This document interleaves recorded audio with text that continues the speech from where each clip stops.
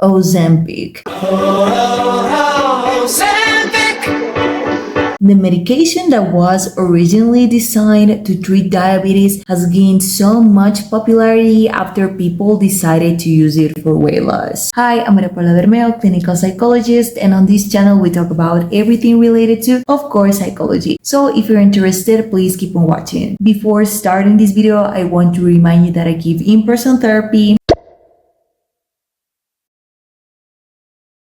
And if you're above the city, I got you because I also give online therapy. So if you need a consultation, please feel free to reach me out on my social media, my phone number, my email. All of them will be listed down below on the description box as well. There are plenty of celebrities and influencers rumored to be using this GLP-1 medication, and some even have admitted to doing so, generating a massive demand on it to the point that actual diabetic people couldn't get it, which just shows how well received Ozempic has been. However, not everything is perfect, and many individuals have come out to talk about the physical side effects this medication has, which is worth spreading, but there are also psychological side effects that need to be talked about because they also play an important role in your life that you certainly need to know if you want to use a GLP-1. 1. Anxiety increase. Ozempic can cause tachycardia, a condition that increases your heart rate. If your heart beats faster, it means your body has increased its cortisol levels, aka the stress hormone. And more stress usually translates into more anxiety and even anxiety attacks, which include excessive sweatiness and shortness of breath, which can worsen other side effects from GLP-1s. And if you're already an anxious person, it can make you develop other comorbid mental difficulties such as depression, traits of a paranoid personality, extreme mood swings, and more.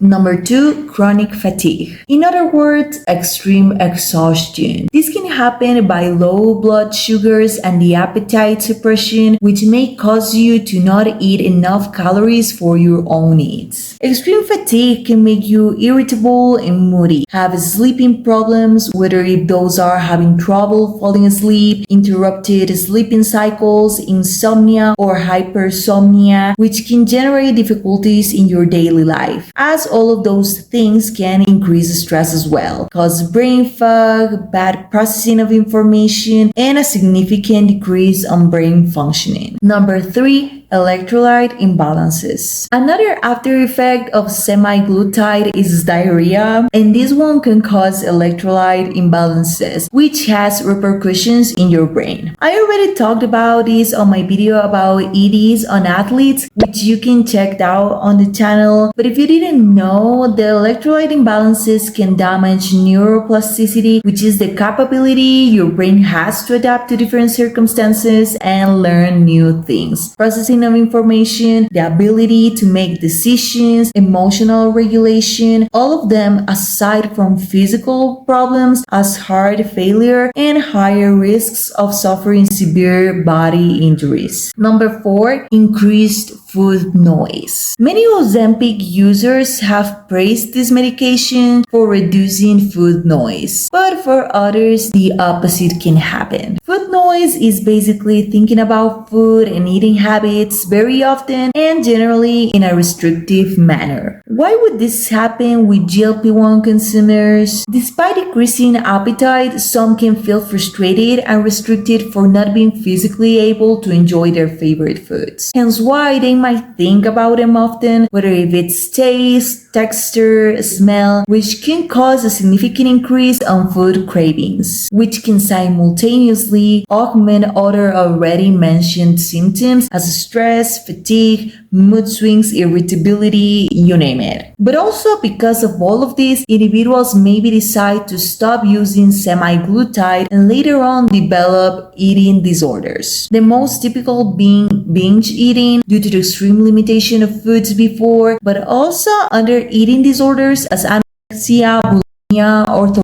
anorexia for the fear of gaining weight, and them can present a ton of symptoms including food noise. But if that wasn't enough, avoidant or restrictive food intake disorder, aka RFID, can also happen. Because after not having appetite for so long, these people can develop a lack of interest in food, food texture hypersensitivity, and fear of having nausea again, which happens when using Ozempic. And last but not least, for sure, low self-esteem. GLP-1 medications can cause the infamous Ozempic phase. If you want to know what is that, I'll leave you this great article posted on the Medical News Today down below. But in summary, Ozempic phase can make you look older as a result of an important fat loss. Aging itself involves a huge shift on self-perspective, which needs to be addressed, preferably in therapy. But when it happens before than it should, individuals tend to treat themselves very poorly, affecting their self-image, usually even worse than it happens with natural aging. Some don't even feel satisfied with the results because now they feel so skinny, which makes them feel less of a man or a woman and more like a child, which also affects self-love. Ozempic users can also diminish themselves by asking, why was I so dumb? I should have not used it because my face and or body now look like this, which is not what I wanted or I expected. And this also harms how they value themselves. This is not a do not use Ozempic message. At the end of the day, everyone will do what they want with their own bodies, but at least if you decide to use this medication or its equivalent as Manjaro, it's important to know all of their side effects so you can make an informed decision, and even better, prevent them, psychologically speaking, by starting therapy with a mental health provider before using these drugs to learn strategies to handle every side effect in the most functional way and adaptive manner, and also maintain at least a neutral self-perspective rather than one that can be a burden for your daily functioning. Is there something you learned from this video or something that you would like to add to the conversation? Leave a comment down below. Also, don't forget to like and share this with someone that may need it. And don't forget to subscribe to the channel so that you never miss out from more interesting psychology content. Thanks for watching.